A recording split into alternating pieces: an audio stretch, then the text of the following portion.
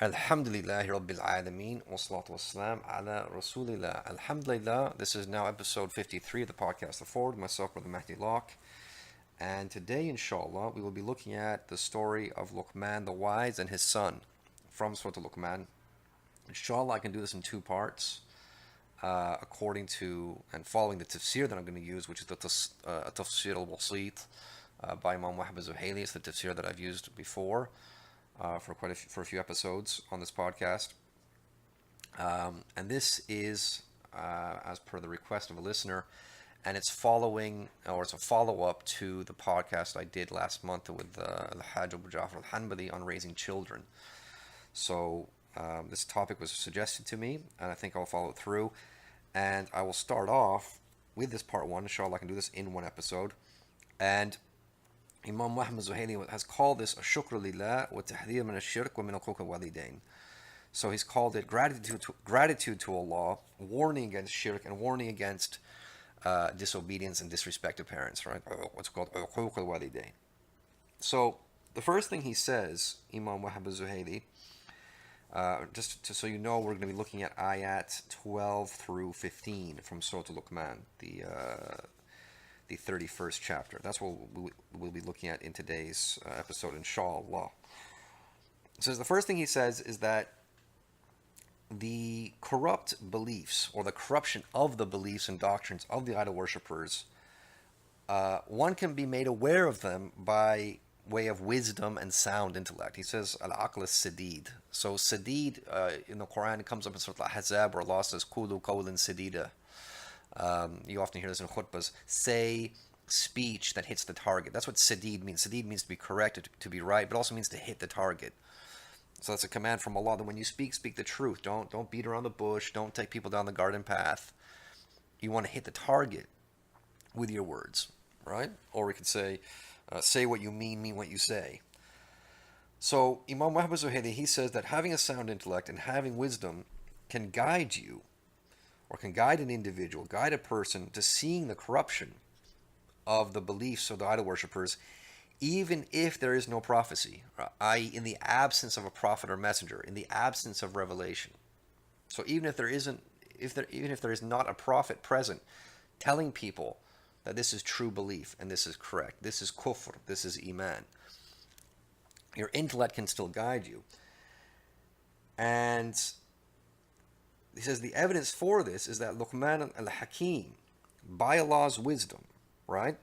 Luqman al-Hakim, by the wisdom of Allah the Exalted, he was guided to affirm Allah's Tawheed and to worship Him and to take on noble character and noble morals without there being any prophet or messenger present. So he was guided to the fact, because he says here, this hikmah, which is to have correct belief and to have proper fiqh in the deen and in one's actions. Luqman was guided to this by his intellect, and he was guided to this by having by having wisdom. And even though there was no prophet and no messenger present, and he says, and that's why Imam Wahbah az-Zuhayli, then he says, وَلَمْ يَكُنْ لُقْمَانُ عَلَى الرَّاجِحِ نَبِيًّا. Right? The dominant position, the preferred position, is that Luqman was not a prophet. Rather, he was a righteous man like Khidr alayhi salam. And Ibn Umar radiallahu anhuma, in what has been related by Al-Hakim at-Tirmidhi in Nawadir al-Usul, and Abi Muslim al-Khawlani, this is hadith, Ibn Umar says, I heard the Messenger of Allah sallallahu alayhi wa sallam saying that Luqman was not a prophet. Rather, he was a slave, like in kana abdan kathir al-tafkir, right? He was a slave, he used to think a lot. Husnul yaqeen, he had brilliant certainty. He loved Allah, so Allah loved him.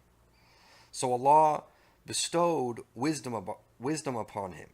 Allah bestowed wisdom upon him and gave him the choice whether to make him a khalifa who would rule or judge with truth.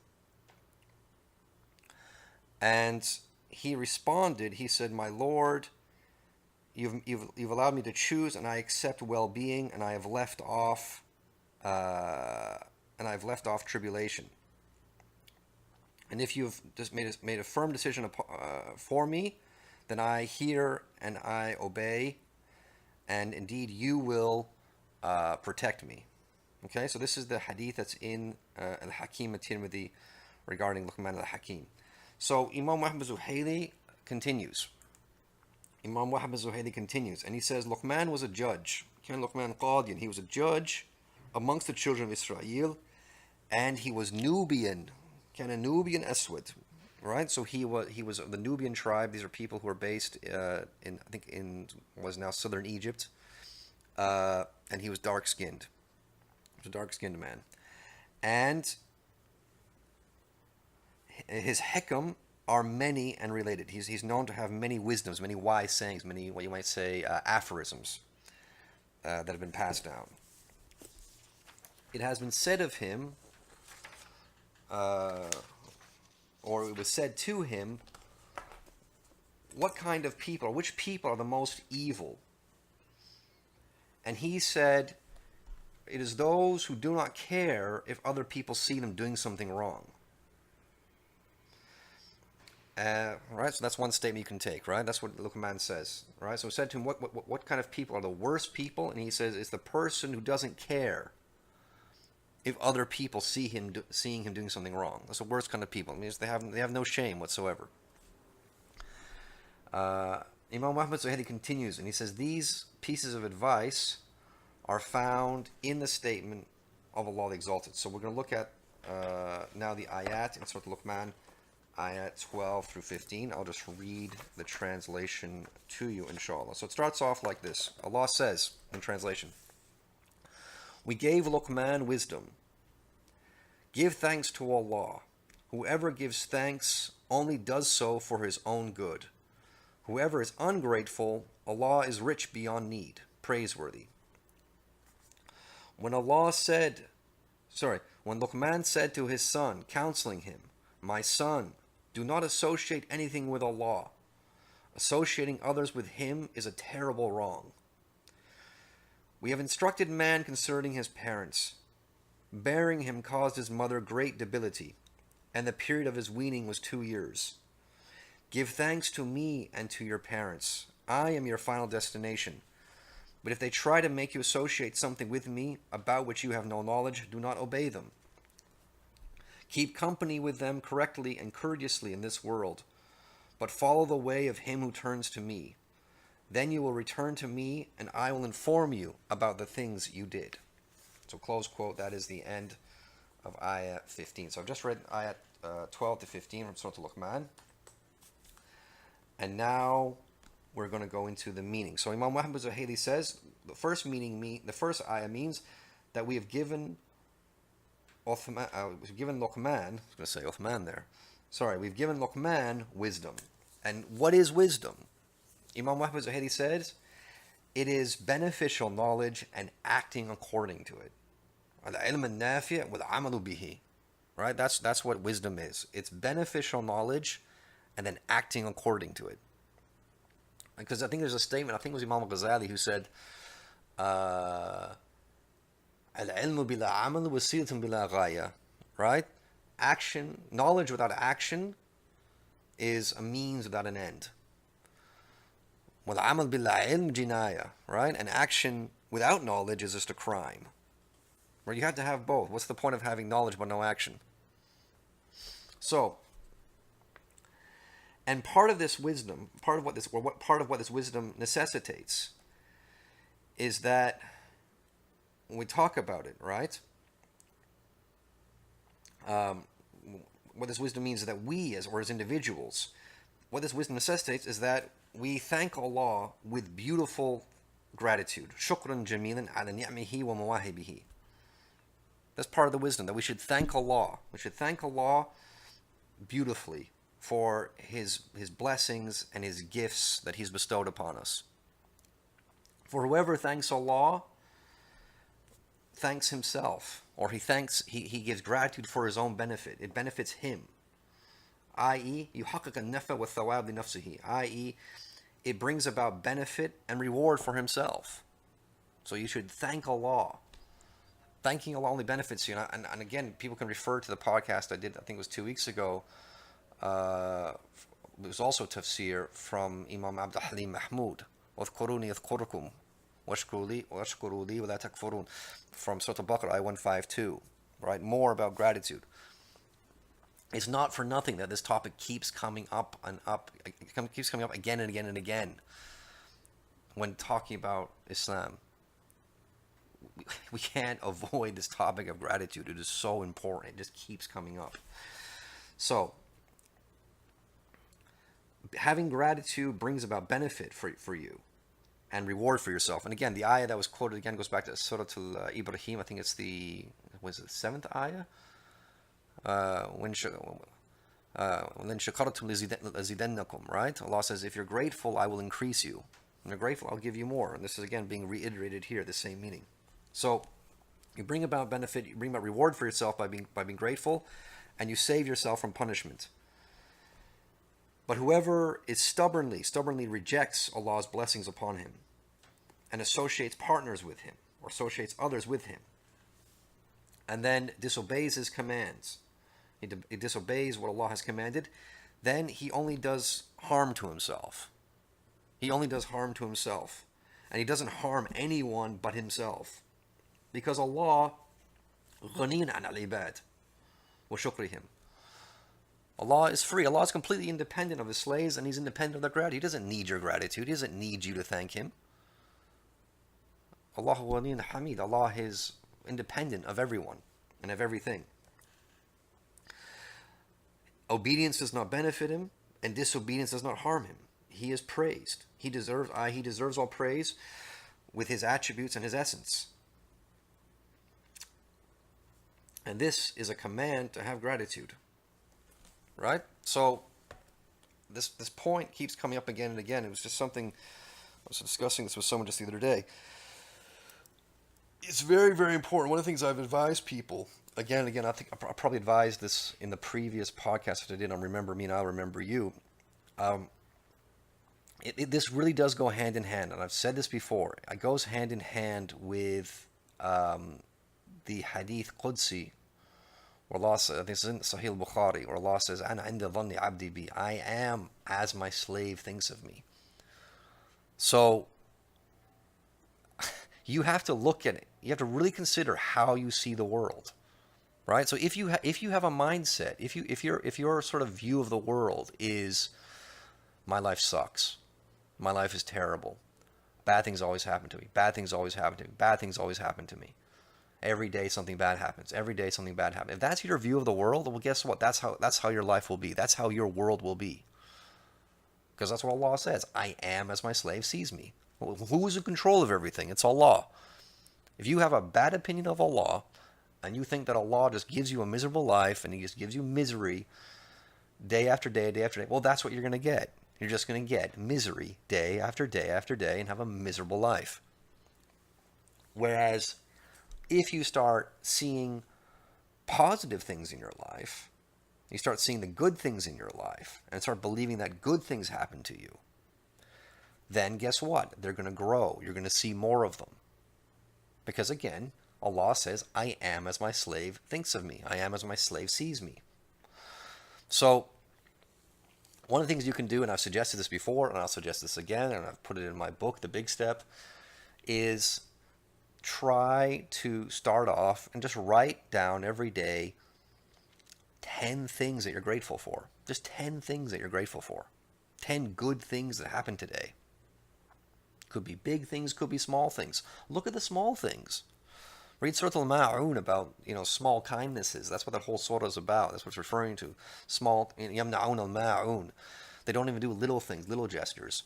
But you can even go over a day and you can think of, I'm sure you can think of 10 nice things that people did to you in a day. Someone let you go in front of them at the supermarket when you were lining up. Someone smiled at you. Someone picked something up for you. Someone held a door for you. There's so many things you can think about. And you start focusing on these things, and these things will grow. But some people put themselves in this unbelievably negative frame of mind, which again is highly, highly linked. It's very, very closely linked to the victim mentality, right? The victim mentality. And the victim mentality is so destructive. I've done a podcast on that before about Habil and Qabil, right? Surat Al-Ma'idah 37, I use the same tafseer. This victim mentality. And really, if you think about it, just picture anyone you know in your life. Anyone you know in your life who you think is a really unpleasant person. Is a really unpleasant, mean, nasty person. I'm telling you, that person you think is mean or nasty or inconsiderate or uncaring or selfish or whatever, trust me, that person has a victim mentality. That person sees himself as a perpetual victim, that they're oppressed, and the world is all against them, and therefore they have every right, they have a very strong sense of entitlement, and therefore they have every right to take what they need, to take what they want, because, everyone else is so oppressive. The whole world oppresses me, right? And again, and it's not just the fact that, I'm not just saying they're like that for no reason. No, people do have genuine grievances. There are people who can have genuine problems in their life. Maybe the guy lost his job. Maybe the guy got divorced. Maybe the guy is an orphan. Maybe the guy had a really rough childhood. Maybe the guy, his parents were alcoholics or something like that. Maybe the guy has a debilitating illness or something like this. These are all valid grievances, but people turn the grievance into a justification to be a thoroughly unpleasant person. That's what some people do. And they live miserable lives, and they make everyone else around them miserable. And that goes completely against what Allah teaches us, what Allah is telling us, what the Messenger of Allah sallallahu alaihi wasallam is telling us. You have to be grateful, and then you have to thank Allah for your gratitude. It's one of the things Imam Shafi says at the beginning of the Risala. He says we praise Allah, the one whom when we thank Him, that entails another blessing that we have to thank Him for as well. You have to thank Allah for your gratitude, because it's by Allah's tawfiq that you're able to be grateful. It's by Allah's tawfiq that you're able to do any act of worship, any act of obedience. We're supposed to be in a constant state of gratitude to Allah. But some people don't want to do that, and you destroy yourself and you ruin your life by constantly being negative, constantly complaining, constantly whinging. And the result is that's what Allah gives you. You complain, you think you see your life as miserable, good. Allah will give you a miserable life, and that's how you're going to live out your days. So something to really, really think about here. And this is something that if people think I sound like a broken record, this is something that has to be repeated over and over and over again. I have to tell myself, I have to remind myself, it's so important to be in a grateful frame of mind. So important. With frame of mind, I could say frame of heart. Put your heart in a grateful state. Now, the next thing he says, Luqman then warns his son against shirk, against associating partners with Allah. So the meaning here is that Allah is saying to the Prophet sallallahu alaihi wasallam, "O Prophet, remember when Luqman advised his son with a piece of advice or with a warning, and said to him, my son, worship Allah and don't associate anything with Him, for indeed shirk is the greatest of oppressions, because it is connected to the very foundation of belief, right? And and is the greatest thing." Right, is the greatest essence that we can think of. Well, actually, if you look at it again, because the word here it could be jirm. I don't think it's jirm. I think it's jorm. I think the word actually here is jorm. Sorry. So it actually is the greatest crime. Right. So shirk is the greatest crime. Jirm would mean like a bulk or a mass or an essence of something, but jorm is a crime. So it's the greatest crime or the greatest sin is shirk, because because it is putting something in other than its place. That's what dhulm is, right? The essence of the meaning of the word dhulm, or injustice or oppression, is to put something in other than its place. And it is just pure oppression. Imam Wahbah says it is just pure oppression, because there's no reason for it, and there's no necessity calling for it. There's no need calling for it. There's just no reason, no need. Why would you do this? Why would you assume that Allah has partners? What justification do you have? What authority do you have to do so? Okay. Then, between this advice of Luqman and while he is warning him, there are two ayat come in the middle here. Two ayat come in the middle. And the dominant position here is that these two ayat, I think we're talking here about ayat 14. He said these two ayat come, I think it's ayat to 14 and 15, we're going to find out here, that they're coming from Allah the Exalted. It's Allah speaking, it's not necessarily Luqman being quoted by Allah. It's Allah speaking, that's the dominant position. And the general summary of the first ayah is that we have commanded man, yes, it would be ayah 14, we have commanded man and we have made an incumbent upon him to have birr towards his parents, right? We usually translate in English as filial piety, but to be righteous, to show righteousness to his parents, and to obey them, and to carry out their rights. Especially the mother. Especially the mother. For indeed she carried him in weakness upon weakness, from pregnancy through to labor pains, from childbirth through to postnatal bleeding. Right? That's what nifas is, the word. Then breastfeeding, and then weaning over a period of 2 years. Then she raised him to tarbiyah, day and night until he grew up. And we have commanded him to be grateful to Allah for his blessings, and to be grateful to his parents, because they are the cause of his existence. And they are the source of goodness that is shown him after Allah the Exalted. And I think something that should be said about mothers as well, this is something that I put in a video I did last year, translation by, or was it earlier this year? Well, last year in the Hijri calendar, of course. Imam Mustafa al-Bugha. I did a video called Your Mother, Your Mother, Your Mother, right? Based on the hadith. And he explained, he said, what's the wisdom? Why did the Messenger of Allah sallallahu alaihi wasallam say your mother 3 times and then say your father? Why is this so stressed? And it corresponds to what's been said here, is that it's the mother who does all these things, right? She bears with the child through the pregnancy, weakness upon weakness, then through to the labor pains, then birth, then postnatal bleeding, then nursing, then weaning. She does all these things. The mother does all these things, and the child during these early stages, these early years, the child is not conscious. The child is not aware of what's going on, right? The brain's barely developed, right? When the child becomes fully aware and conscious, boy or a girl, later on in life, when they can actually form memories, that's when they see more of the father, right? So a child becomes fully conscious, and they have no recollection whatsoever of what the mother was doing for them. The pregnancy, the feeding, the weaning, the diaper changing, all that stuff. The child has no recollection of that. So this is why it has to be stressed to the child, like, don't forget what your mother did for you. You weren't there, you witnessed it, but you have to acknowledge it and you have to thank her for it. Don't forget it. And that's why you have to be thankful to Allah for his blessings and thankful to your parents. Then the next thing he says, Imam Wahbah az-Zuhayli, and he says, obedience to parents has limits. Obedience to parents has limits, right?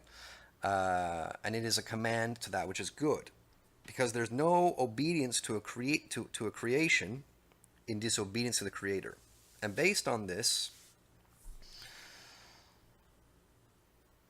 is that if your parents put pressure on you and ask you to associate partners with Allah, right, in worshiping him or anything else, then you do not obey them in that, because they're commanding you, because you don't listen to them when they command you to commit idolatry or when they command you to commit any act of disobedience. However, the Imam continues, he says, however, you should accompany them, you should be their companion in this world. Your disbelieving parents, you should be their companion in a way that is noble, in a way that is righteous, in a way that is generous, in a way that is good. That you are good to them in terms of whatever wealth or money you have, and through the way you treat them. You should be, he continues, he says, you should be loving and gentle, and you should have kindness and sweetness in your speech. You should carry out whatever agreements you've made with them, right? Whatever pledges or agreements you've made with them. And you should also honor their friends, right? Whatever friends they have, you should show honor to them and respect to them, as long as they are in this world, right? Or as long as all of that is in this world. And you follow the way of the believers who follow your religion, and you do not follow their disbelief and their way. And then Allah said, and what Allah is saying in this ayah is that, and then again in the end, to me is where you will all come. ثُمَّ إِلَيَّ مَرْجِعُكُمْ جَمِيعًا. Right? At the end of it, because Allah says, إِلَيَّ, and at the end of ayah 14, Allah says, إِلَيَّ الْمَصِيرُ. Right? The final destination is to me. And and what he's saying is to the boy, to the child, Allah is saying, all right, this is the Tafseer, saying, I will reward you for your iman. Right? I will give you the proper reward for your iman, and I will give them their reward for their disbelief if they've disbelieved. And I'm letting you know, and I will inform you of what you were doing in this dunya, whether it was good or evil. Imam Wahbah az-Zuhayli, he explains part of the sabab al-nuzul here. He says, these two ayat came down with regards to Sa'd ibn Abi Waqqas, and this is because his mother, her name is Hamna bint Abi Sufyan bin Umayyah, she swore that she would not eat and that she would not drink until her son, i.e. Sa'd, left his religion, left Islam, and went back to the deen of his parents and forefathers and his people. Right? And she put pressure on him. All right, so what I mean to say is she's actually putting pressure on him in this way. She's actually sort of going on a hunger strike to force him to leave Islam. But Sa'd was stubborn. Obviously, he was stubborn with the truth. He's stubborn in Islam. And this went on for some time. And when she saw that Sa'd was not going to come back, he's not going to turn his back on his religion, she ate. Imam Wahbah az-Zuhayli continues, and he says, these two verses, these two ayats, show or indication of the command to have bir al-Walidayn, to show goodness to your parents. But then Allah rules, or he gives the judgment, that this should not be in kufr and disobedience. Because obeying parents does not include committing sins. Nor does it include leaving off farida ayniya, right? Individual commands. Because obviously, remember, we have two types of commands in Islam, two types of farida. You have farida ayni, or farida al-ayn, and farida al-kifaya. Right? You have individual obligations and communal obligations. Communal obligations are like establishing a Jumu'ah when you have 40 people. This is in Shafi fiqh. When you have 40 men living in a certain location, there should be a Jumu'ah established. There should be a janazah. There should be moon sighting, these kind of things. These are communal obligations, meaning that someone from the community has to do them. And if no one is doing it, then the whole community is in sin. Whereas a individual obligation is something that everyone has to do. No one can stand in your place and do it. You have to do it yourself. So you don't obey your parents in leaving off an individual obligation, but you are commanded to obey them in that which is permissible.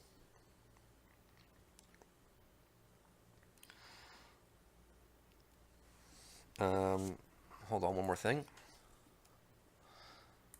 Sorry, I just had to check again.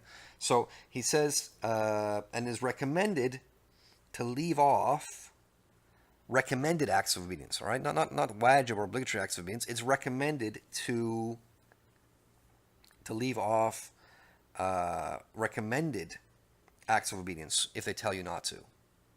Okay, so he says, for example, participating in the jihad al-kifai. Right, so if the Muslims are going to be involved in a military expedition, which is kifai, right? Not everyone has to take part, right? Only a section, only a section of the ummah has to take part. Not everyone has to take part.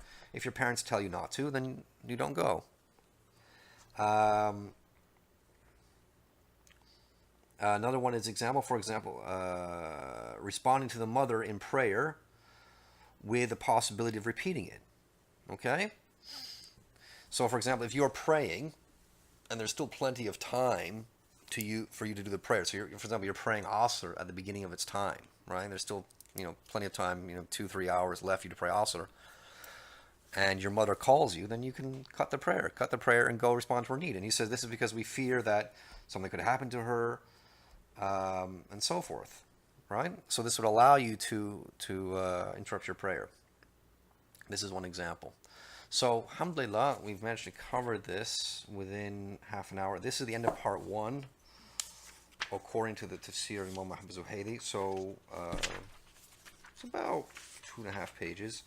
And there is a part 2 covering Ayaat 16 through to 19, which is the next set of proofs. So, inshallah, I can do that next week. And with Allah alone is every success. Alhamdulillah, ala rasulillah. Just before I go, just please, if you're benefiting from these podcasts, I ask you just please like the videos, like the podcast, share, subscribe to the channel. And the other way you can support this channel is obviously if you want to buy a copy of The Big Step. It is now, it's available, my book, The Big Step, it's available on Lulu. It's at a discount. It's also available on Amazon.